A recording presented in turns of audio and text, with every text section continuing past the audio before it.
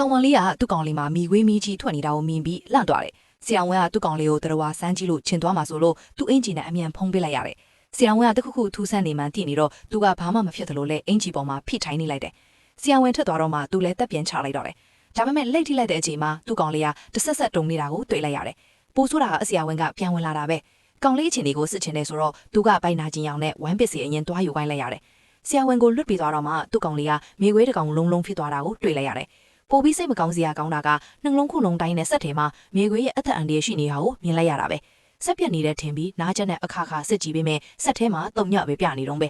ဒါနဲ့ပဲသူ့ကောင်လေးကိုကယ်ဖို့မြေခွေးလေးကိုစောင့်နဲ့ထုတ်ပြီးတရိษံဆေးကုတ်ကန်ကိုအပြေးလွှာသွားခဲ့တယ်မြေခွေးဆိုတော့တရိษံဆရာဝန်ကကယ်နိုင်လိမ့်မယ်လို့သူထင်ခဲ့တာပေါ့ဈေးအောင်ရောက်တော့သူနာပြုကဆရာဝန်ကိုသွားခေါ်ပေးတယ်ဒါပေမဲ့နောက်တစ်စက္ကန့်မှာပဲမြေခွေးဖြစ်နေတဲ့သူ့ကောင်လေးကလူပြန်ခက်သွားတယ်သူလည်းဘာလို့မှမသိတော့ပဲစောင့်နဲ့ပဲအမြန်ဖုံးပေးလိုက်ရပြန်တယ်ဆရာဝန်ရောက်တော့သူကဟိုဟိုဒီဒီပြောပြီးလွှဲဖယ်ဖို့ကြိုးစားပေမဲ့ဆရာဝန်ကတခုခုထူးဆန်းနေမှန်းသိသွားပြီးသူနာပြုကိုအပြင်ခိုင်းလိုက်တယ်ပြီးတော့ဆရာဝန်ကသူဟာတာမန်အိမ်မွေးတရိษံတွေမကလူဖြစ်ပြောင်းလဲနိုင်တဲ့ထူးဆန်းတဲ့သတ္တဝါတွေကိုပါကူပေးနိုင်တယ်လို့ပြောတော့မှသူလည်းစိတ်အေးသွားတော့တယ်။ကောင်လေးရဲ့အခြေအနေကိုစစ်ဆေးပြီးနောက်မှခေါင်းထိခိုက်သွားလို့မညံတွေပျောက်သွားနိုင်တယ်လို့ဆရာဝန်ကပြောတယ်။လုံးဝသက်သာခြင်းအထူးကုသဆောင်ကိုပြောင်းရမယ်တဲ့။အဲ့ဒီချိန်မှာပဲကောင်လေးကနိုးလာပြီးသူ့ကောင်မလေးကိုမေမေလို့ခေါ်လိုက်တယ်။အားလုံးလန့်သွားကြတာပေါ့။တကယ်တော့မြေခွေးတွေကမညံပျောက်သွားရင်သူတို့ပထမအောင်ဆုံးမြင်ရတဲ့သူကိုအမေလို့ထင်တတ်ကြတာကို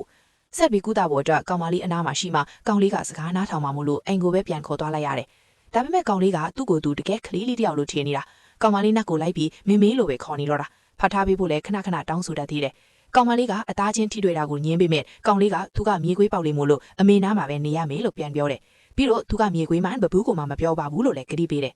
နောက်နေ့ကျတော့ကောင်မလေးကစာရေးဆရာမဆိုတော့အက်ဒီတာကိုအစီရင်ခံပို့နေရတာပေါ့ကောင်လေးကကွန်ပျူတာကိုလိုက်ကြည့်ပြီးခလုတ်ကိုနှိပ်လိုက်မိတာနဲ့ရေးထားသမျှစာမှုအကုန်ပြတ်သွားရောအလုပ်ကိုမနှောက်ရှာအောင်ဆိုပြီးကောင်လေးကိုအယုတ်တွေပေးပြီးနားဖဲမှာသွားဆော့ခိုင်းလိုက်တယ်ဒါပေမဲ့အလုပ်ထဲအာရုံရောက်နေတော့ကောင်မလေးကမီးဘိုးပေါ်မှာခောက်ဆဲပြူထားတာကိုမိသွားတယ်ညဘက်မှာကောင်လေးကအနှံ့ရလို့ပြေးဝင်လာပြီးကောင်မလေးကိုအတင်ကိုပွဲထုတ်ပြီးကဲခဲ့တယ်မိကုန်းတွေအများကြီးရှုမိသွားတော့ဈေးရုံရောက်တဲ့အခါကောင်လေးကသူ့ရဲ့အစွမ်းတွေကိုကောင်မလေးစီမျှဝေပေးလိုက်ပြီးသူကတော့ကောင်မလေးနားမှာထာဝရနေသွားတော့မယ်လို့ဆုံးဖြတ်လိုက်ပါတော့တယ်